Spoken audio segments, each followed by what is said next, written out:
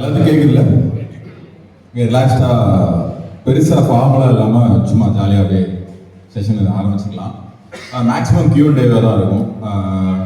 அதுக்கு முன்னாடி நான் வந்த ஜேர்னியை ஷேர் பண்ணிக்கலாம் அப்படின்னு சொல்லியிருந்தாங்க. யாருக்காவது ஒருத்தர் ரெண்டு பேருக்காவது யூஸ்ஃபுல்லாக இருக்கும் அப்படின்னு சொல்லிட்டு. ஓகே, காலேஜ் படிக்கும்போதே எனக்கு தெரியும் நான் வந்துட்டு சினி ஃபீல்டுக்குள்ளே தான் வந்து போகிறேன். பட் உடனடியாக என்னால் சினி ஃபீல்டுக்குள்ளே போக முடியாது, ஏன்னா எனக்கு எந்த பேக்கப்பும் இல்லை. எனக்கு வீட்டில் ஃபினான்ஷியல் நீட்ஸும் இருந்துச்சு. சரி, ஓகே, என்ன பண்ணலாம்? எங்கள் அண்ணனுக்கு கல்யாணம் ஆகிற வரைக்கும் நான் வந்துட்டு வேலை செஞ்சு ஆக வேண்டிய கட்டாயம். நல்லா படித்தேன், நல்லா வெறித்தனமாக படித்தேன். 4 வருஷமும் பயங்கரமாக படித்தேன். 80% அக்ரிகேட் வச்சுருந்தேன். இன்ஜினியரிங் முடிக்கிறப்போ 80% அக்ரிகேட் வச்சு ஒரு பெரிய MNCயில் எனக்கு வேலையும் கிடைச்சிருச்சு. அது 3rd இயர்லேயே கிடைச்சிருச்சு. ஃபைனல் இயர் கூட போல 3rd இயர்லேயே எனக்கு MNCயில் கிடைச்சிருச்சு. எனக்கு கிரியேட்டிவ் ஃபீல்ட் மேலே தான் இன்ட்ரெஸ்ட் ஜாஸ்தி. சரி, இது கிடைச்சிருச்சு, அப்படியே விட்டுற முடியுமா?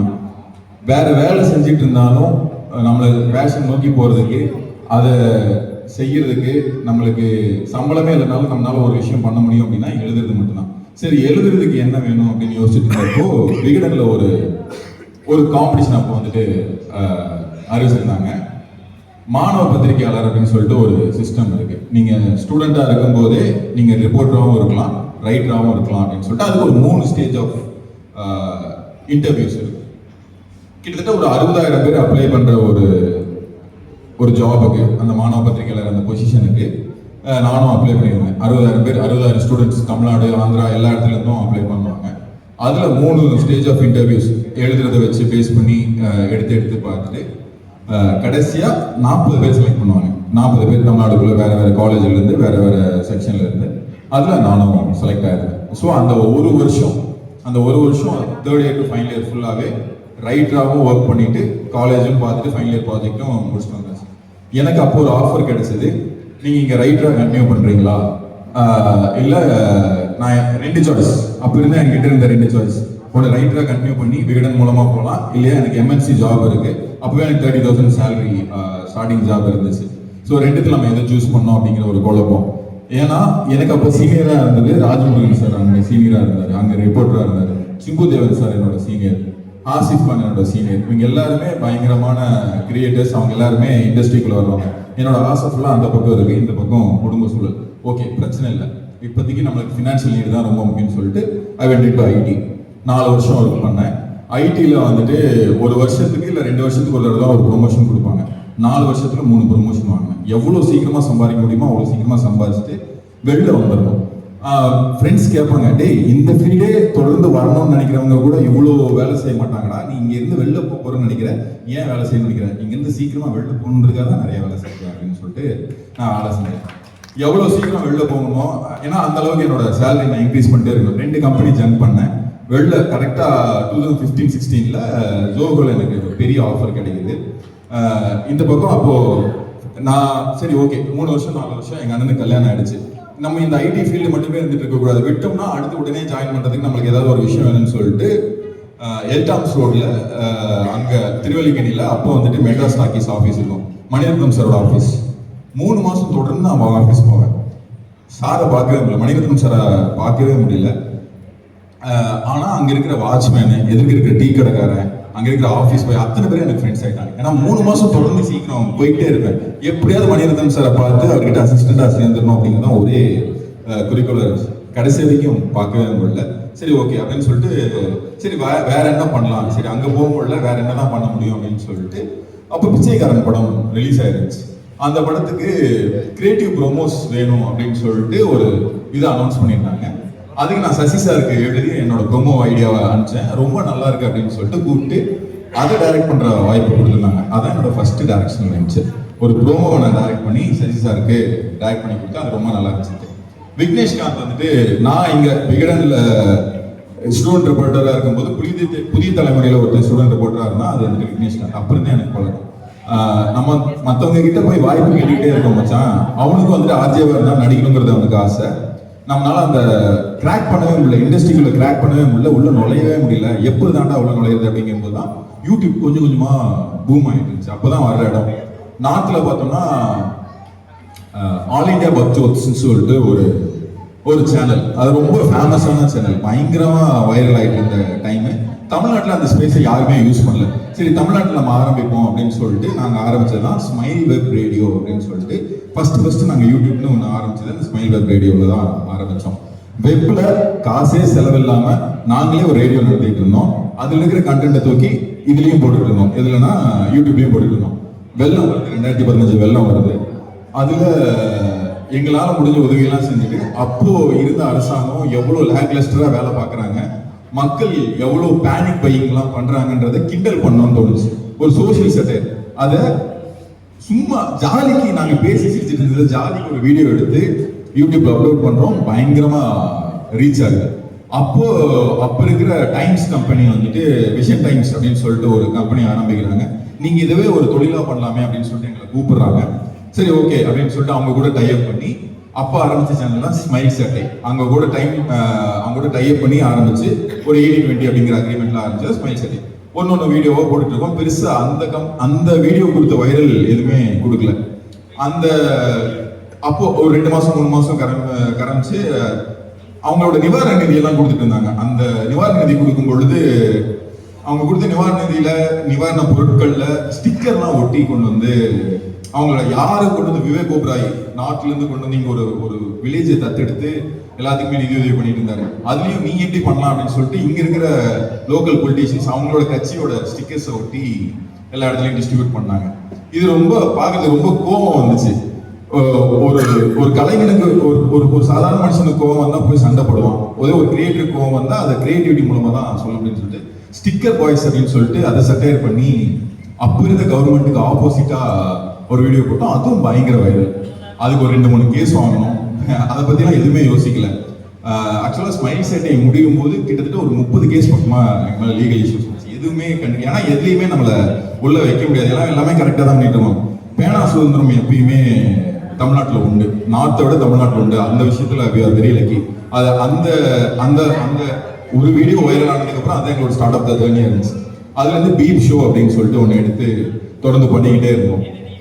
படத்தை வந்துட்டு ரிவ்யூ பண்ணணும், ஆனா பேசாம ரிவ்யூ பண்ணணும் அப்படின்னு சொல்லிட்டு ஒரு டெம்ப்ளேட் எடுத்து டம்பஸ் ரிவ்யூ அப்படின்ற ஒரு ஃபார்மேட்ல படத்தோட ரிவ்யூ போட்டுருந்தோம். அதுல வந்துட்டு ஒரு 150 எபிசோட் நான் டைரக்ட் பண்ணிருப்பேன், எழுதி டைரக்ட் பண்ணிருப்பேன். டம்பஸ் review, beep show, how do I tell you, இந்த மாதிரி ஷோஸ் மட்டுமே கிட்டத்தட்ட ஒரு 250-350 ஷோஸ் மேல நான் எழுதி டைரக்ட் பண்ணியிருப்பேன். இது எல்லாமே இது போயிட்டே இருக்கிறப்போ எனக்கு பெரிய பிரேக் கொடுத்தது வெங்கட் பிரபு சார் வந்துட்டு அவரோட சென்னை 28ஓட செகண்ட் பார்ட் வந்து ரிலீஸ் ஆக போது அதுக்கு ஒரு ப்ரோமோ பண்ணோம். புதுசா ஏதாவது ஒரு ஐடியா இருக்கலாம் அப்படின்னு சொல்லும்போது ஆல் இந்தியா பக்ஜோத் பண்ண ஏபி ரோஸ்ட் வந்துட்டு அப்போ இந்தியா ஃபுல்லா ஃபேமஸ். அதுக்கு அவங்க நிறைய கேஸ் வாங்கினாங்க. ஓகே சரி, தமிழ்நாட்டில் நம்ம பண்ணலாம் அப்படின்னு சொல்லிட்டு ஆரம்பிச்சதான் VP roast. VP Venkat Prabhu roast தான் ஃபர்ஸ்ட் நான் டைரக்ட் பண்ணி வந்து 1 மில்லியன். அப்போ 1 மில்லியனுங்கிறது ரொம்ப பெரிய விஷயம். அது பயங்கரமா வயலான ஷோ வந்துட்டு அது விபி ரோஸ்ட் தான். இது போய்கிட்டே இருக்கு. எல்லாத்துக்குமே படம் பண்ணணுன்றதுதான் ஆசை. யாருக்குமே எங்களுக்கு வந்துட்டு அதுக்கான சோர்ஸோ பண உதவியே கிடையாது. ஸோ இதில் நம்ம தொடர்ந்து வேலை செஞ்சுக்கிட்டே இருப்போம். எப்பயாவது ஒரு இடத்துல நம்மளுக்கு ஒரு சின்ன பிரேக் கிடைக்கும், அதில் நம்ம போயிடலாம் அப்படிங்கிறது தான். 2019 நான் ஒரு படத்துக்கு சைன் பண்ணி ஓகே நம்ம போய் படம் பண்ண போறோம் அப்படிங்கிற எல்லா ஆசையிலும் இருக்கிறப்ப அதே கதையில நான் சொன்ன அதே கான்செப்ட்ல இன்னொரு படம் ரிலீஸ் ஆச்சு. I was shattered to the core. கீழே இறங்கி வெளில வந்துட்டேன். என்னடா பண்றது அப்படின்னு சொல்லிட்டு நான் ரொம்ப அப்செட். சரி ஓகே ஓகே நம்ம வேற கதை பண்ணோம் அப்படின்னு சொல்லிட்டு அதுல இருந்து என்னை பிக்கப் பண்ணிட்டு 2020 கரெக்டா ஒரு மே ஜூன் அப்படிங்கிற மாதிரி நான் சைன் பண்ணி அட்வான்ஸ் வாங்கி அக்ரிமெண்ட்லாம் போட்டதுக்கு அப்புறம் கோவிட் வந்துச்சு. அதுவும் காதி என்னடா அது நம்மளுக்கு திருப்பி இருக்குன்னு சொல்லிட்டு அப்புறம் ஒரு 2 வருஷம். அதுக்கப்புறம் நான் என்ன கதை பண்ணாலும் ஒரு குறிப்பிட்ட பட்ஜெட்குள்ள என்னால பண்ணவே முடியல. அப்புறம் என் ஃப்ரெண்டுக்கு வந்துட்டு ஒரு ஒரு ஒரு ஒரு பிரச்சனை ஆரம்பிச்சது. அவன் போலீஸ் ஸ்டேஷன்லாம் போகிற மாதிரி இருந்துச்சு. அவன் வந்து புலம்புனான், அவனோட கோபத்தை ஆதங்கத்தை புலம்புனான். எனக்கு அப்போ தோணுது இது நம்ம படமா பண்ணலாமே அப்படின்னு சொல்லிட்டு இது பண்ணப்போ இது ஒர்க் ஆகுமா அப்படிங்கிற எண்ணம்லாம் இல்லை, இது பண்ணிடலாம், யாருக்காவது சொல்லணும்ல. இல்லைனா இப்போ எல்லாத்துக்குமே பெண்களுக்கு சாதகமாக தான் படங்கள் வந்துட்டு இருக்கு, இது என்னோட கஷ்டம் ஒரு ஆம்பளையோட கஷ்டம், இது யாராவது கேட்பாங்களா அப்படின்னு சொன்னான். சொல்லி பார்க்கலாம் அப்படின்னு சொல்லி தைரியமா ஆரம்பிச்ச ப்ராஜெக்ட் தான் அன்பாப்புலர். அவரோட அனுமதியோட அந்த ஃப்ரெண்டோட அனுமதியோட அந்த கதையா மாற்றி 1 மாசத்துல என் ஃப்ரெண்ட் அதை ஒரு பவுண்டா மாற்றி கொடுத்தாப்புல. அதை வந்துட்டு திருப்பி 1 மாசத்துல நான் ஃபைனல் டிராஃப்டா முடிக்கிறேன். போய் சொன்ன ஃபர்ஸ்ட் ப்ரொடக்ஷனே ஓகே ஆகுது, போய் சொன்ன ஃபர்ஸ்ட் ஹீரோவே ஓகே ஆகுது. 3 மாசம் ப்ரீ ப்ரொடக்ஷன், 33 நாள் ஷூட்டிங், கரெக்டாக ஒரு 60 நாள் அவுட்டே நாங்கள் ப்ரெசென்ட் பண்ணிட்டோம். ஓகே அப்படின்னு சொல்லிட்டு கொடுத்த பட்ஜெட்டில் கொடுத்த நாட்களில் எல்லாத்தையுமே பர்ஃபெக்டாக முடிச்சு கொடுத்து படம் 4 கோடி ரூபா பட்ஜெட் அப்படின்னா பிஸ்னஸ் படம் ரிலீஸ் ஆகிறதுக்கு முன்னாடி 8 கோடி ரூபாய்க்கு பிஸ்னஸ் பண்ணிச்சு. எங்க அப்பவே தெரியும் படம் ஹிட் தான் அப்படின்னு சொல்லிட்டு, இருந்தாலும் ஒரு சின்ன பயம் இருந்துகிட்டே இருந்துச்சு, படத்தை ஏற்றுப்பாங்களா அப்படின்னு சொல்லிட்டு. நிறைய ரிலீஸ் டேட் கிடைச்சி தள்ளி போய் அதெல்லாம் பண்ணி கடைசியில் ரிலீஸ் ஆகுமா இல்லையான்ற பயந்துகிட்டே இருந்தப்போ ஏஜிஎஸ் உள்ள வந்தாங்க. படம் பார்த்துட்டு இல்லை இந்த படத்தை நாங்கள் ரிலீஸ் பண்ணுறோம் அப்படின்னு சொல்லிட்டு அவங்க வாங்கி ஒரு இடத்துல ரிலீஸ் பண்ணுறாங்க. அந்த ஃபர்ஸ்ட் டே ஃபர்ஸ்ட் ஷோ அந்த ஃபர்ஸ்ட் ஜோக்கு கைதுக்கு வரும்போது எனக்கு ஒரு சந்தோஷம் இருந்துச்சு. முடிச்சு அந்த கிளைமேக்ஸில் எல்லாரும் எந்திரிச்சு கைதட்டும் போது வாஸ் வெரி ஹாப்பி. ஓகே நம்ம வந்ததுக்கு உள்ளே வந்ததுக்கு நம்ம இப்போ பண்ணிட்டோம் அப்படிங்கிற அந்த ஹாப்பினஸ் வந்துச்சு. ஏன் இந்த ஜேர்னி சொன்னேன்னா, நான் அந்த வேலை இருக்குல்ல, ஐடி வேலை இருக்குல்ல, ஐடி வேலையை விடும்போது எனக்கு சம்பளம் வந்துட்டு 1.25 லட்ச ரூபா. திருப்பி இங்கே ஸ்டார்ட் பண்ணும்போது 6 மாதத்துக்கு எனக்கு சம்பளமே கிடையாது, எங்கேயுமே சம்பளமே கிடையாது. 0லேருந்து தான் ஸ்டார்ட் பண்ணேன். ஒரு நம்பிக்கை தான், கண்டிப்பாக நம்ம வந்துடுவோன்ற நம்பிக்கை தான். நாங்கள் ஒரே ஒரு விஷயத்தை தான் மனசில் வச்சுக்கிட்டு நான் அந்த வேலையை விட்டேன். ரொம்ப ரிஸ்க் தான், ஏன்னா கம்ஃபர்டபுளாக ஒரு லைஃப் நான் வாழ்ந்துக்கிட்டே இருக்கேன். ரொம்ப ஜாலியாக மாதம் சம்பளம் தெரியும், எனக்கு எந்த பிரச்சனையும் இல்லை. வீட்டுக்கு கொடுக்க வேண்டியது கொடுத்தாச்சு. நினச்சிருந்தா காரோ பைக்கோ வாங்கிட்டு அப்படியே செட்டில் ஆகிருக்கணும்னு தோணுங்க. எனக்கு ஒரு ஆஸ்திரேலியன் விசா கிடைச்சது. அந்த விசா போயிருந்தா கண்டிப்பாக நான் திருப்பி இங்கே வந்திருக்க மாட்டேன். அந்த விசா வேணான்னு சொல்லிட்டு விசா வந்த அடுத்த நாள் நான் வந்துட்டு ரிசைன் பண்ணிட்டு நான் வெளில வரேன். என்ன ரீசன்னா, அன்னைக்கு நான் யோசிச்ச ஒரே விஷயம், I may be not be talented. இங்கே என்னை விட நிறைய பேர் டேலண்டடாக இருக்கலாம். மைண்ட் செட்டிலே சொல்கிறேன், என்னை விட நிறைய பேர் இன்னும் ஸ்மார்ட்டாக இருக்கலாம், பயங்கர இன்டெலிஜென்ட்டாக இருக்கலாம். ஆனால் என்னை விட ஒருத்தன் அதிகமாக எஃபர்ட் போட்டுக்கூடாதுன்னு நான் யோசிச்சேன். காலையில் 4:30 மணிக்கு எந்திரிச்சு நாங்கள் வேலை செய்ய ஆரம்பிச்சோம்னா நைட் 1 மணிக்கு தான் தூங்குவோம், ஒரு வேலை தான் சாப்பிட்டோம். அந்த 6 மாதம் அவ்வளோ டைட்டாக எஃபர்ட் போட்டேன். எவ்வளோ தூரம் நான் எஃபர்ட் போட முடியுமோ எஃபர்ட் போட்டோம். அதுக்கான பலன் அன்னைக்கு நான் ஆரம்பிச்சிருக்கான பலன் 10 வருஷம் கழிச்சு இந்த படத்தில் எனக்கு 10 years. எந்த இடத்துலையுமே நாங்கள் சோர்ந்தே போகல. என்னைய மாதிரி இன்னொருத்தரும் எஃபர்ட் போட்டுக்கிட்டே இருந்தான். அவனுக்கு என்னை விட ஒரு 4 வருஷம் சீனியர். அவன் 4 வருஷம் சீனியர். எனக்காவது ஒரு அங்கங்கே ரெகக்னிஷன் கிடைச்சிக்கிட்டே இருந்துச்சு. அவனுக்கு சுத்தமா ரெகக்னிஷன் கிடைக்கல. அவனுக்கு ஒரு 3 வருஷத்துக்கு முன்னாடி ரெகக்னிஷன் கிடைச்சது. இன்னைக்கு தமிழ்நாட்டில் அவனோட நோன் பர்சன் யாருமே இல்லை, அது விஜய் சித்து.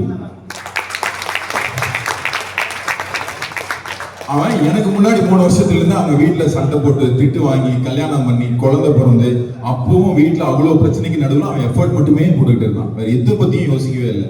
உங்களுக்கு எல்லாம் இன்னைக்கு இருக்கிற விஜய் சித்து விளாக்ஸ் தான் தெரியும். எனக்கு ஜெயா டிவி ஆங்கராகவே விஜய் சித்து தெரியும்.